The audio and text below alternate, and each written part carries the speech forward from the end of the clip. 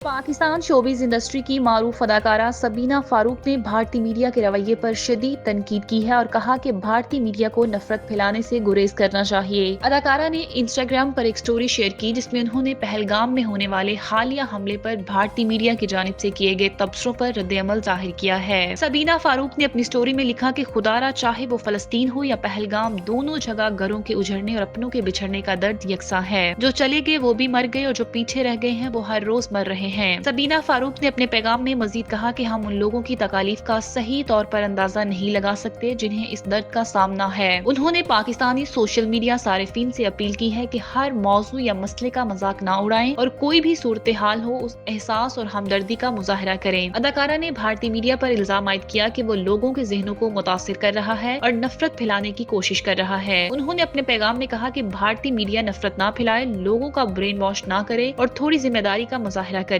हर तकलीफ को कमाई का मौका नहीं बनाना चाहिए, ये इंतहाई गैर इखलाकी है। सबीना फारूक ने इस मौका पर अपने साथी फनकारों की हमायत का भी जिक्र किया जिनमें पाकिस्तानी अदाकारा हानिया आमिर, मावरा हुसैन, माहिरा खान और फवाद खान शामिल है जिन्होंने पहलगाम हमले पर गहरे दुख और अफसोस का इजहार किया था। सबीना फारूक की इस पोस्ट ने सोशल मीडिया पर काफी तवज्जो हासिल की और अवाम में इस पर बहस शुरू हो गई है। लोगों ने उनके इस पैगाम को सुराहा और भारतीय मीडिया के मनफी असरात पर तनकीद की।